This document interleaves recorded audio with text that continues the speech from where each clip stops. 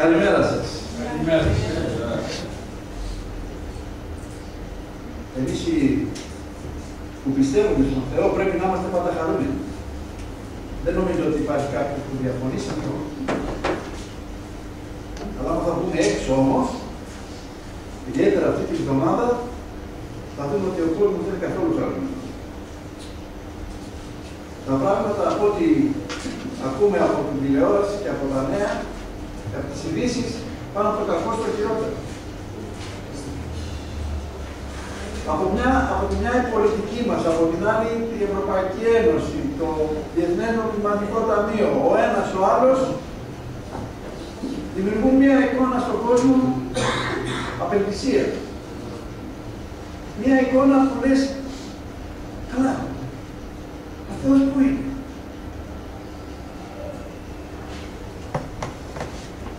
Πού είναι αυτή την εβδομάδα στο Ιράκ. Κάθε μέρα, γιατί έχουν εσωτερική επανάσταση, κάθε μέρα πεθαίνουν εκατοντάδες άνθρωποι. Και αυτοί αναρωτιούνται, πού είναι ο Θεός? Αφρική, ιδιαίτερα τα παιδιά, τα μωρά, πεθαίνουν κατά χιλιάδες κάθε μέρα από την πείνα.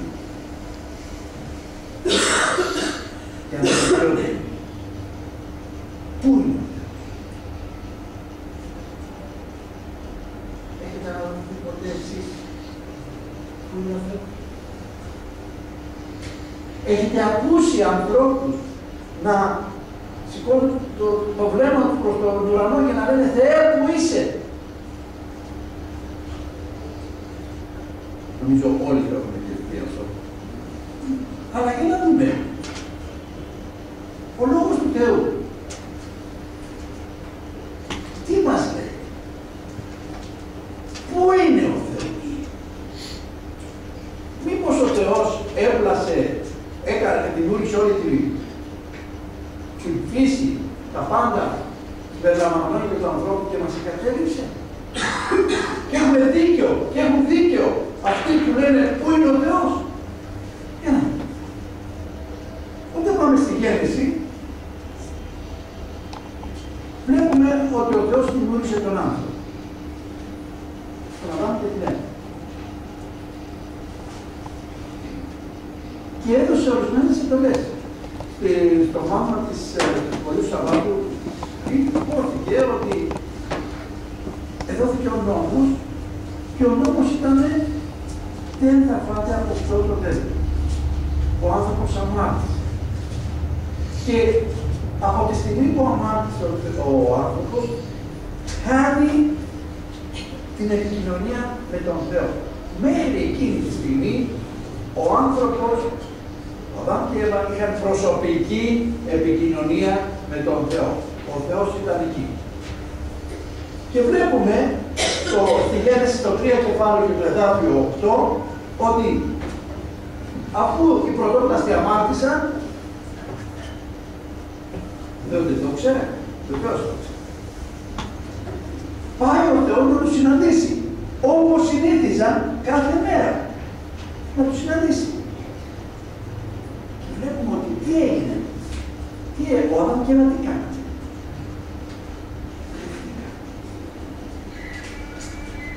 Και αντί να αναζητήσει ο Αδάμ και Εύα τον Θεό, βλέπουμε ότι ο Θεός αναζητεί τον Αδάμ και την Εύα και λέει ήκουσαν τη φωνή του Κυρίου που τους κάλεσε να περιπατήσει στο παράδεισο προς το δειλινό. Και ο Αδάμ και η Εύα, η γυναίκα του, κρύφτηκαν από το προσώπου του Κυρίου του Θεού ανάμεσα στα δέντρα του παράδεισου. Ο Θεός τους ζήτησε να την ζητήσουν αυτό το Θεό. Κρύφτηκαν. Γιατί? Γιατί η αμαρτία είχε δημιουργήσει ένα τείχος πλέον μεταξύ Θεού και ανθρώπου.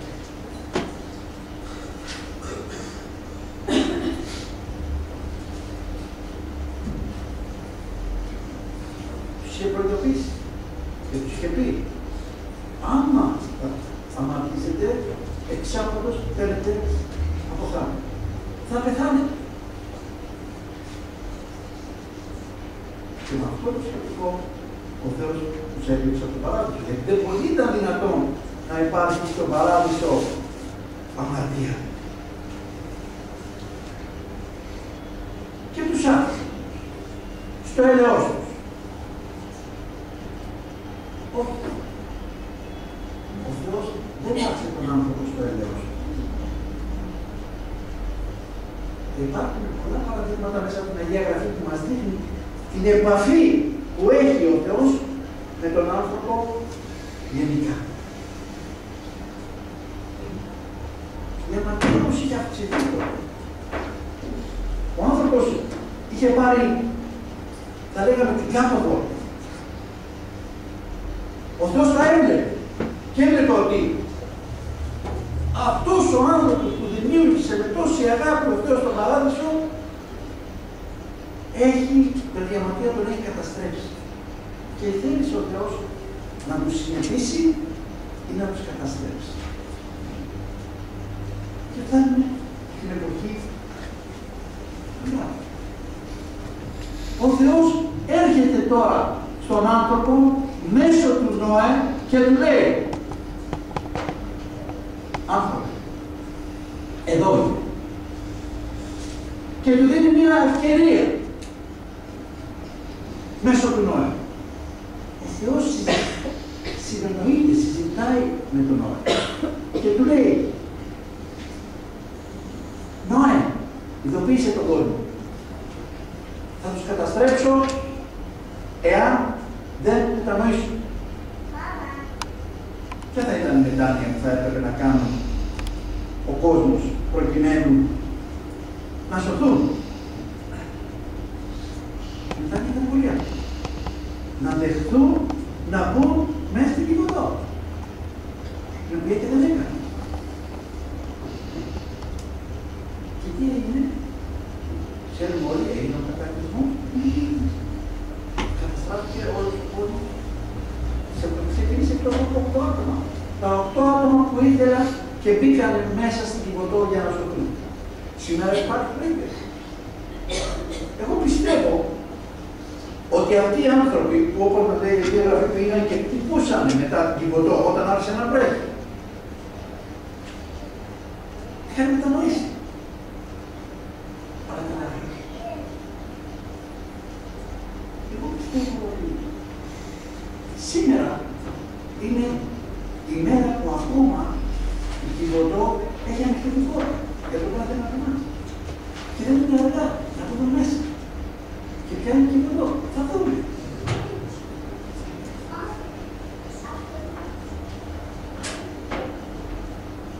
Εάν θα ανοίξουμε στη Γένεση στο 17 κεφάλαιο, στη σελίδα 35,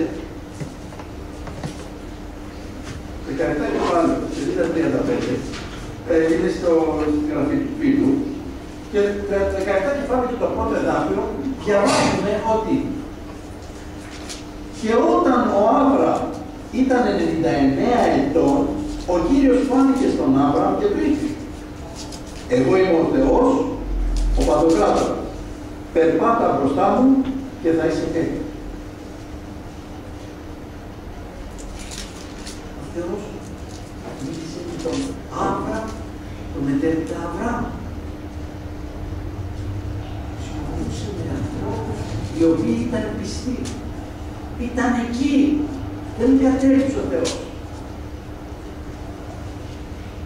Αν ο Αβραάμ ποτέ δεν θα μπορούσε να πει πού είσαι Θεέ.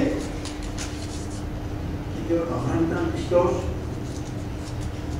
και ήταν ο Θεός εκεί. Να πάμε λίγο πιο κάτω. Το 35 κεφάλαιο βλέπουμε μια άλλη περίπτωση και μπορούμε να δούμε μεγάλο αριθμό περιπτώσεων μέσα στην Αγία Γραφή που ο Θεός μιλάει με τους πιστούς. Βλέπουμε ότι στο 35 κεφάλαιο, σελίδα 65, όπως έχουμε του φίλου, και το πρώτο εδάφιο. Και λέει: και ο Θεός είπε στον Ιακώβ, καθώς θα σηκωθείς ανέβα στη Βεθήλ και κατοίκησε εκεί και κάνει εκεί θυσιαστήριο στο Θεό, ο οποίος φάνηκε σε σένα όταν έφευγες από του προσώπου του Ισαύ, του αδερφού σου. Προσέχτε. Ο Θεός μιλάει στον Ιακώβ και του λέει να πάει να κατοικήσει κάπου αλλού και να κάνει θυσιαστήριο, που του λέει, ο οποίος Θεός φάνηκε σε σένα όταν έφευγες από το προσώπου του αδερφού σου, που όλοι ξέρουμε είχε εξαπατήσει τον αδερφό του, ο Ιακώβ, είχε εξαπατήσει τον Ισαύ. Θεός ήταν εκεί. Ο Ιακώβ πέρασε πάρα πολλά στη ζωή του. Εξαπατήθηκε επανειλημμένα από τον πεθερό του. Υπέφερε πολλά από το άγχος που είχε για αυτό που είχε κάνει στον αδερφό του. Αλλά ο Ιακώβ ποτέ δεν είπε «Του είσαι δε». Και γι' αυτό ο Θεός του είχε παρουσιαστεί. Προχωρώντας στην ιστορία του λαού Ισραήλ, φτάνουμε στην έρημο. Πριν φτάσουμε στην έρημο, ο λαός Ισραήλ υποφέρει στην Αίγυπτο. Και ο Θεός στέλνει τον Μωυσή να τον ελευθερώσει.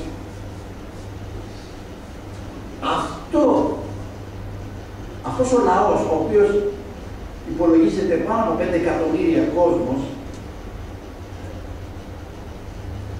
ήταν ένας άτακτος λαός. Ήταν ένας σκληρός λαός. Ήταν ένας, θα λέγαμε, με εισαγωγικά τη λέξη αμόρφωτος, όχι προς τα πτυχία, αλλά δεν είχαν ψυχική μόρφωση.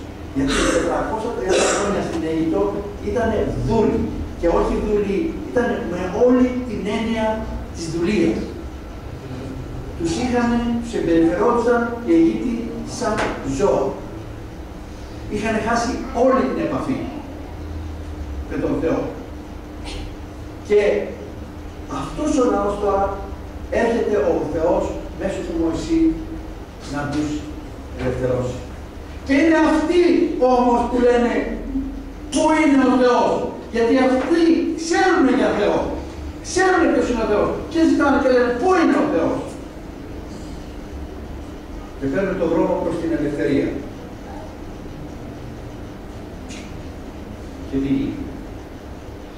Έρχονται στον δρόμο προς την ελευθερία, έρχονται πολλά δεινά, πολλές δυσκολίες, πολλά προβλήματα, δύσκολα, μεγάλα προβλήματα. Πρέπει να περάσουν την Ερυθρά Θάλασσα. Δεν είχαν καράβια, δεν είχαν πάρκες, δεν είχαν τίποτα. Πώς θα την περνάγανε. Ξέρουμε, άνοιξε η θάλασσα. Και περάσανε. Μπήκανε στην έρημο. Πού είναι ο Θεός όμως? Τι φανταστείτε, 5 εκατομμύρια κόσμο. Τι θα τρώγανε. Δεν ήταν 2-5 άτομα να τα ταΐσεις, 5 εκατομμύρια. Και τι είχαν μαζί τους τόσο μεγάλα αποθέματα τροφών. Είχαν γκαζιέρες και κουρζίνες ηλεκτρικές μαζί τους για να ψήσουνε.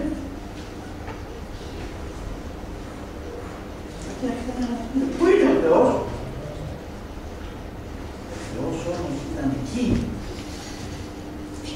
Και μας λέει, και λέει, ο Κύριος προπορευόταν μπροστά από αυτούς την ημέρα σε στήλον εφέλης για να τους οδηγήσει στον δρόμο και τη νύχτα σαν στήλος φωτιάς για να τους φέρει ώστε να οδηγορούν ημέρα και νύχτα. Η παρουσία του Θεού δεν του μιλάει, δεν το βλέπαμε, ήταν μέσω μιας νεφέλης, ενός συννεφού ή μιας φωτιάς. Ανάλογα με τα μέρα νύχτα. Αλλά αυτός ήταν εκεί. Δεν τον άκουσε τον άνθρωπο.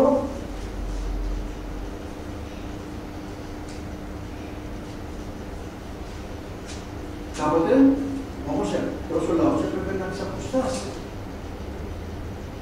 Δεν μπορούσε μέρα νύχτα να πηγαίνει. Γι' αυτό αυτός έδωσε μια εντολή. Όταν σταματάτε και σημειωτέων ότι όλο αυτό το ταξίδι δεν ήταν ταξίδι μιας ημέρας ή ενός μηνών, ένας χρόνος, ήταν ένα ταξίδι 40 ετών. Όταν σταματούσαν κάπου, ο Θεός ήθελε να είναι πάλι μαζί τους. Και γι' αυτό τα πρώτα εντολές που έδωσε ο Θεός, προσωπικές εντολές στον Μωυσή, του είπε να φτιάξει το αγιαστήριο. Ο οποίος αυτό το αγιαστήριο τι έγινε? Η Νεφέλη σκέπαζε τη σκηνή αυτή του μαρτυρίου, δηλαδή αυτό το αγιαστήριο, και δόξα του Κυρίου γέμιζε τη σκηνή. Ο Θεός ήταν μέσα σε αυτό που είχε κατασκευάσει ο Μωυσής κατόπιν του Θεού. Ήταν παρόν. Και όλοι ξέρουμε πολύ καλά ότι όταν η παρουσία του Θεού σαν Νεφέλη ήταν πάνω από τη σκηνή, έπρεπε ο λαός να παραμείνει εκεί που είναι. Να μην μετακομίσουν, να μην πάρουν τα υπάρχοντά τους και να συνεχίσουν την οδηπορία τους. Μόλις η Νεφέλη ανέβαινε, αυτό σήμαινε ότι ο λαός θα πρέπει να αρχίσει πάλι την οδηπορία. Ήταν εκεί, μαζί τους. Οδηπορούσε ο Θεός μαζί τους. Όλα αυτά όμως, ο λαός του Ισραήλ, σε πολλά σημεία της διαδρομής των 40 ετών, βλέπουμε να λέει πού είναι ο Θεός. Κάποια στιγμή είπαμε στο Μωυσή, καλύτερα να μέναμε στην Αίγυπτο και να πεθαίναμε εκεί, γιατί να έρθουμε εδώ. Ο Θεός αγνώρισε όλες αυτές τις ανακτήσεις των ανθρώπων και είπε εκεί. Θα σου πρέπει τελείωση την οδηπορία. Ήρθε και η καταστάθηκε, ήρθε και η Χαναά, στη γη της Απαγγελίας, στη γη που είχε υποσχεθεί ο Θεός στον Αβραάμ και μετά στον Ιακώβ.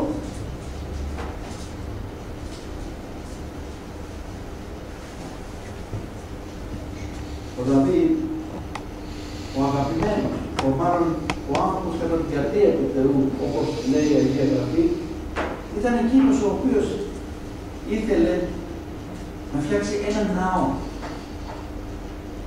στον οποίο θα ελευθερώνεται ο Θεός και η παρουσία του θα ήταν εκεί. Όπως υπήρχε το αγιαστήριο, η σκηνή μαρτυρίου στην έρημο, αλλά ήθελε να το φτιάξει πιστό.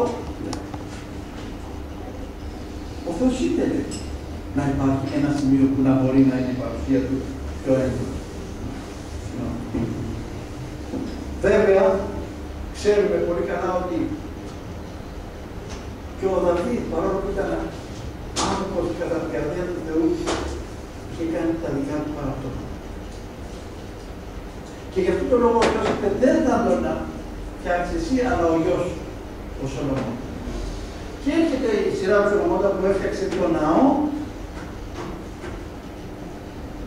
ο οποίος, τι λέει, τι πήγε σε αυτό το ναό, λέει, και καθώς οι ιερείς βγήκαν από το αγιαστήριο, μέσα από το ναό, η Νεφέλη γέμισε τον ύμνο του Κυρίου.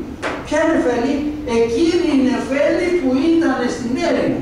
Η ίδια η Νεφέλη που ήταν ο ίδιος ο Θεός, ο οποίος ήταν παρόν μαζί με τον λαό.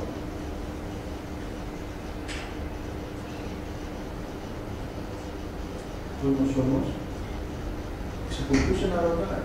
Πού είναι ο Θεός? Ο Θεός ήταν εκεί. Αλλά ξέρετε κάτι, η ανθρώπινη καρδιά είναι τόσο σκληρή, τόσο δύσκολη, που δεν θέλει να δεχτεί που είναι ο Θεός. Και πολλοί δικαιολογούνται και λένε, ο λαός του Ισραήλ κακός, πολύ κακός. Έλεγε που είναι ο Θεός, αυτό τον έλεγε. Του έστελνε το μάνα, του έστελνε, δεν παλιώνανε τα ρούχα τους, του άνοιξε τη θάλασσα, έκανε τόσα πράγματα. Λοιπόν, πού είναι αυτό? Το βλέπαμε. Εμείς σήμερα όμως δεν το βλέπουμε. Δεν έχουμε αυτό το πλεονέκτημα. Για να δούμε. Για να δούμε. Έχουμε δίκιο ή δεν έχουμε?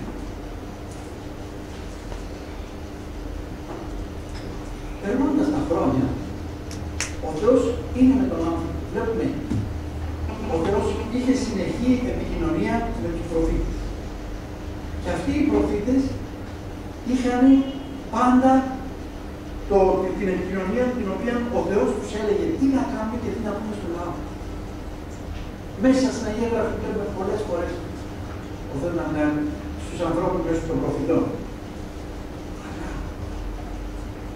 αυτό ήταν μέσω τρίτων, θα λέγαμε. Ο Θεός δεν αρκέστηκε να είναι μέσω τρίτων. Και έρχεται η στιγμή που ο Θεός στέλνει το Υιό του στη γη. Και βλέπουμε στο κατά Μαθαίου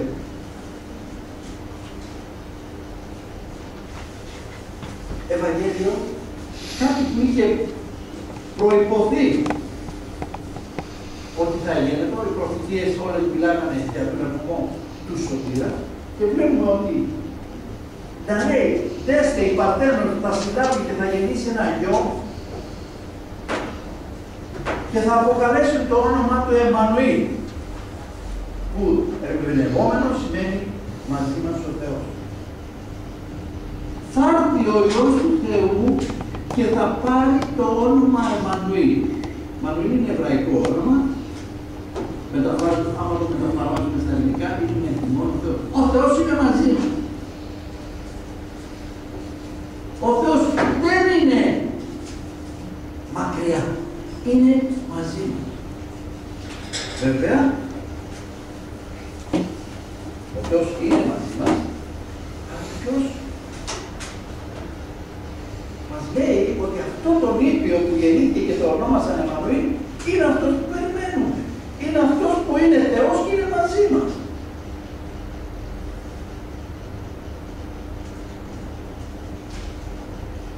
Ο Ιωάννης, ο μαθητής του Χριστού, ήταν ένας από τους αγαπημένους μαθητάς του Χριστού. Και δεν ήταν αγαπημένος μαθητής του Χριστού γιατί ο Χριστός είχε μια ιδιαίτερη συμπάθεια με τον Ιωάννη.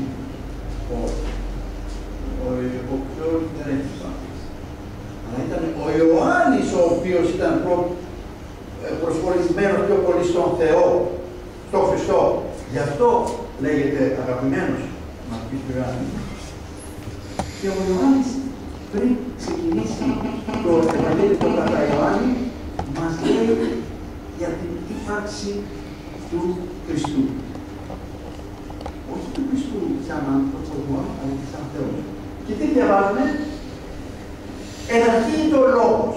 Και ο Λόγος ήταν προς τον Θεό και Θεός ήταν ο Λόγος. Αυτός ήταν στην αρχή προς τον Θεό. Ο Λόγος. Ξέρετε, όλη η δημιουργία έγινε με έναν λόγο.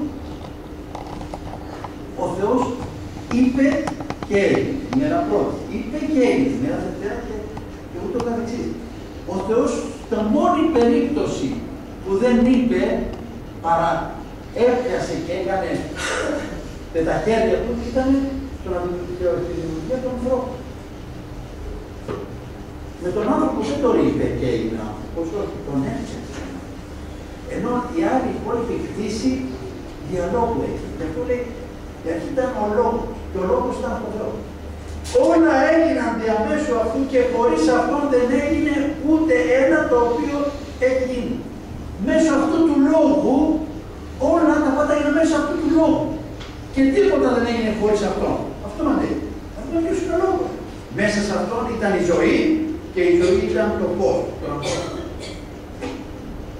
Στο λόγο. Αυτός είναι ο λόγος. Άμα θα ανοίξει το Ιωάννη του Ευαγγέλιο, στο πρώτο εδάφιο, στο πρώτο κεφάλαιο, αυτά είναι τα πρώτα εδάφια που βλέπουμε από το 1 έως το 4. Εάν δούμε το 14 όμως εδάφιο, προσέχτε, γίνεται διευκρίνηση εδώ. Ποιος είναι ο λόγος? Και λέει το 14 εδάφιο. Και ο Λόγος έγινε σάρκα και κατοίκησε ανάμεσά μας. Και είδαμε τη δόξα του, δόξα ως μονογενούς από τον Πατέρα, γεμάτος χάρη και αλήθεια. Εδώ ο Ιωάννης μαρτυρεί ότι ο Λόγος έγινε σάρκα, έγινε άνθρωπος και τον ζήσαμε, τον είδαμε, τον πιάσαμε, τον ακούσαμε. Δεν είναι κάτι που ήταν αόρατο, όχι, ο λόγος έγινε σάρκα. Και ο Ιωάννης είναι, σε αυτή τη στιγμή που αναφέρει αυτό το εδάφιο, ο Ιωάννης είναι αυτόπτης μάρτυρας. Αλλά δεν είναι μόνο ο Ιωάννης, ο οποίος το μαρτύρει. Οι όλοι πιστοί που πιστεύουν ότι ο Χριστός είναι Υιός του Θεού. Υπάρχουν και άλλα σημεία τα οποία μας αποδεικνύουν αυτό το γεγονός. Στο Λουκά, λίγο πιο πίσω, στο Λουκά, για όσοι έχουν την γραφή του Κύριου, αν θέλουν, στην σελίδα 1377, 1377, ο Λουκάς μας δίνει ένα άλλο περιστατικό, το οποίο, συγγνώμη, και κεφάλαιο 4 και 31 και 35. Λουκά 4 κεφάλαιο και το εδάφιο 15 έως και 17. Τι λέει εδώ? Εδώ έχουμε μια περίπτωση διαφορετική. Όλοι ξέρουμε, όλοι γνωρίζουμε ότι υπάρχουν δαιμονισμένοι άνθρωποι. Και όταν υπάρχει δαιμονισμένος άνθρωπος, αυτός ο άνθρωπος είναι σαν ζώο. Λειτουργεί σαν ζώο. Δεν έχει την αίσθηση της ανθρώπινης ύπαρξης. Και ο Χριστός εδώ έρχεται αντιμέτωπος με αυτή την κατάσταση, με ανθρώπους που έχουν δαιμόνια μέσα τους. Και διαβάζουμε από το εδάφιο 35 και λέει, και ο Ιησούς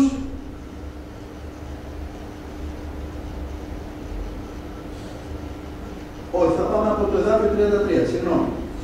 Και μέσα στη συναγωγή υπήρχε ένας άνθρωπος που είχε ακάθαρτο πνεύμα, δαιμονία. Και ανέκραξε με δυνατή φωνή, λέγοντας, αλίμον, τι υπάρχει ανάμεσα σε εμάς και σε σένα, Ιησού του Ναζωρέ, ήρθες για να μας απολέσεις? Προσέχτε. Τι λέει το πνεύμα? Το πνεύμα, αυτό το ακάθαρτο πνεύμα, χρησιμοποιεί τον άνθρωπο, χρησιμοποιεί το στόμα του ανθρώπου και μιλάει τώρα στον Χριστό και του λέει, εσύ Ναζωρέ, τι ήρθες τώρα, να μας απολέσεις, να μας σκοτώσεις? Μιλάει το δαιμόνιο. Που σημαίνει ότι το δαιμόνιο αναγνωρίζει κάτι στον Χριστό και λέει πιο κάτω, σε γνωρίζω ποιος είσαι, λέει το δαιμόνιο στον Χριστό. Είσαι ο Άγιος του Θεού. Εάν το δαιμόνιο αναγνώριζε, ήξερε ότι ο Χριστός ήταν ο Άγιος του Θεού, εσύ και εγώ έχουμε αμφιβολία γι' αυτό. Τώρα θα μου πείτε το δαιμόνιο πώς ήξερε. Πώς ήξερε το δαιμόνιο ότι ο Χριστός είναι ο Άγιος του Θεού? Δεν θα πρέπει να πάμε λίγο πίσω να δούμε τι είναι το δαιμόνιο. Το δαιμόνιο δεν είναι τίποτα άλλο παρά οι άγγελοι του πονηρού. Και οι άγγελοι του πονηρού είναι το ένα τύπο των αγγέλων που λέμε ότι έπεσε μαζί με τον διάβολο από τον ουρανό κάτω, στη γη, και οι άγγελοι αυτοί που ακολούθησαν τον διάβολο ήταν άγγελοι στον ουρανό και είχαν προσωπική εμπειρία και επαφή με τη θεότητα. Ξέρανε τον Θεό. Και έρχονται τώρα μέσω του δαιμονισμένου και του λένε, εμείς σε ξέρουμε ποιος είσαι. Τι ήρθες για να μας σκοτώσεις? Και ξέρουμε ότι είσαι ο Άγιος του Θεού. Βέβαια, ο Χριστός μετά την διακονία του στη γη, όταν ο Χριστός ήταν στη γη, ήταν μαζί μας. Έτσι και το όνομά του, Εμμανουήλ, με μόνο Θεό. Δεν μας άφησε. Αλλά, τι λέει όμως βέβαια ο Χριστός, τι είπε? Εάν με αγαπάτε, φυλάτε τις εντολές μου. Και εγώ θα παρακαλέσω τον Πατέρα και θα σας δώσει έναν άλλον παράκλητο για να μένει μαζί σας τον αιώνα το πνεύμα της αλήθειας. Προσέχετε. Φεύγοντας ο Χριστός, όπως έφυγε Αδάμ και η Εύα από τον παράδεισο, δεν είπε ο Θεός, είσαστε στην μοίρα σας. Όχι. Τους έδωσε μια δεύτερη ευκαιρία. Ήταν πάντα μαζί με τον άνθρωπο. Και εδώ, φεύγοντας ο Χριστός, πριν αναλυθεί, τους λέει, επειδή θα φύγω εγώ, δεν σας αφήνω στην τύχη σας. Όχι. Θα στείλω τον παράκλητο. Ο οποίος παράκλητος είναι εκείνος που θα σας νοθετεί, εκείνος που θα σας εκπαιδεύει, εκείνος που θα σας ελέγχει, εκείνος που θα είναι μαζί σας.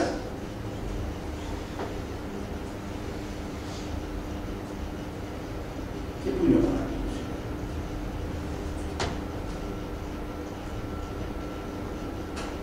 Πού είναι να πάμε τον αιώνα? Μπορούμε να τον πιάσουμε? Μπορούμε να τον μιλήσουμε?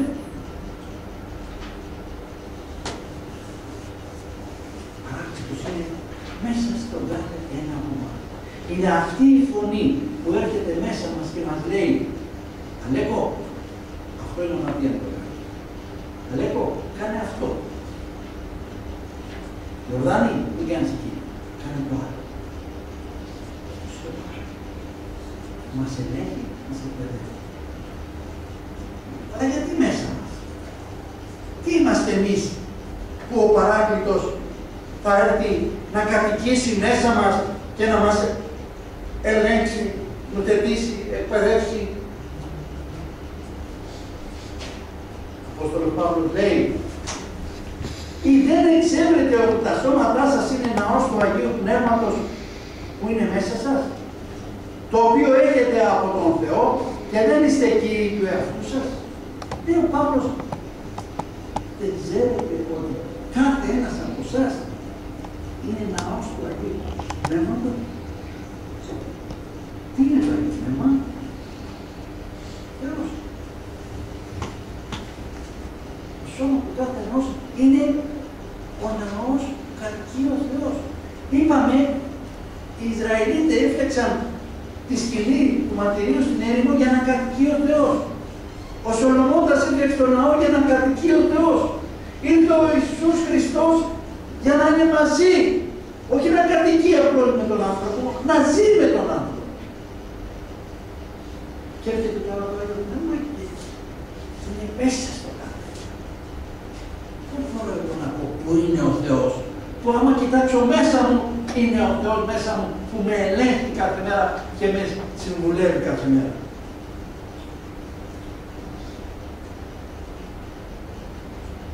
Αλλά ο καθένας από εμάς, μπορεί το σώμα του να είναι ναός του Αγίου Πνεύματος, αλλά σήμερα έρθαμε στην Εκκλησία. Και εδώ γιατί ήρθαμε? Για να συναντήσουμε τον Θεό. Εδώ ήρθαμε για να έχουμε μια πιο ζεστή επαφή με τον Θεό. Ήρθαμε να ανανεώσουμε την επαφή μας με τον Θεό. Και προσέξτε, να ξέρετε ένα πράγμα, ότι ο Θεός δεν επιβάλλει σε κανέναν να έχει επικοινωνία μαζί του. Είναι στον άνθρωπο να ζητήσει να έχει επικοινωνία με τον Θεό. Ο Νόε είχε επικοινωνία με τον Θεό γιατί ήταν δίκαιος. Ο Αβραάμ γιατί ήταν δίκαιος. Οι προφήτες γιατί ήταν δίκαιοι.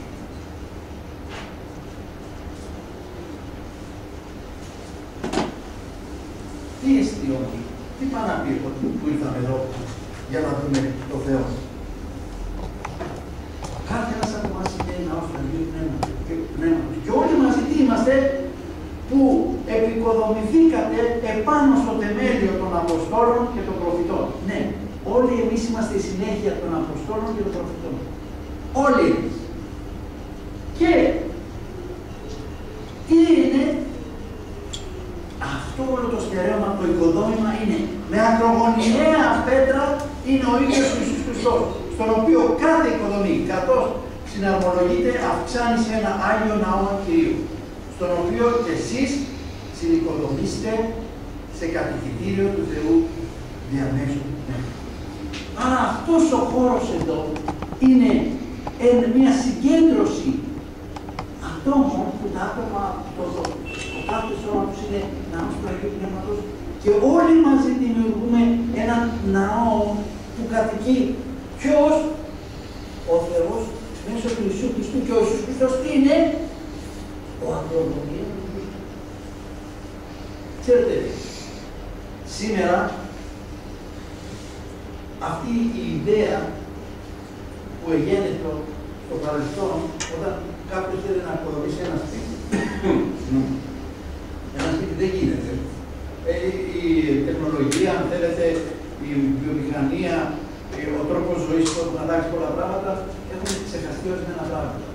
Εγώ θυμάμαι, πολύ μικρός ήμουνα, όταν χτίζαμε ένα μέρος του σπιτιού μας, θυμάμαι, οι τεχνίτες, οι μαστόροι, είχαν πάρει μία πέτρα ειδική και τη βάζανε στο ξεκίνημα των θεμελίων του σπιτιού για να εκεί να ξεκινήσουν τα θεμέλια και κατόπιν το σπίτι.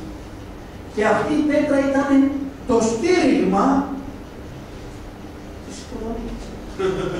Και εδώ μας λέει ότι το στήριγμα της Εκκλησίας, ο ακρογωνιαίος λίθος, αυτός είναι ο ακρογωνιαίος, άκρη γωνία.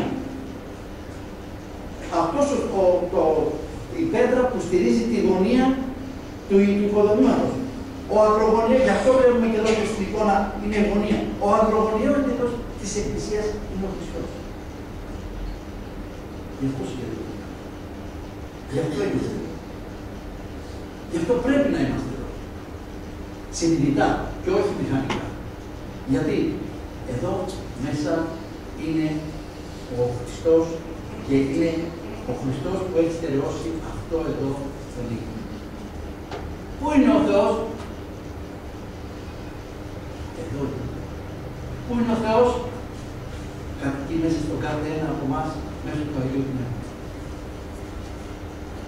Τώρα, αν γίνονται δεινά στον κόσμο, είναι γιατί ο άνθρωπος δεν θέλει να δεχτεί και ο Θεός δεν υποχρεώνει κανένα. Ο Θεός είναι μέσα μας και το εκείνο που πρέπει να κάνουμε και εάν θέλουμε να δούμε αιωνίως, αν θέλουμε να είμαστε μέρος της ουράνιας οικογένειας, θα πρέπει να δεχτούμε το Άγιο Πνεύμα που έχει και στελέχει το κάθε ένα.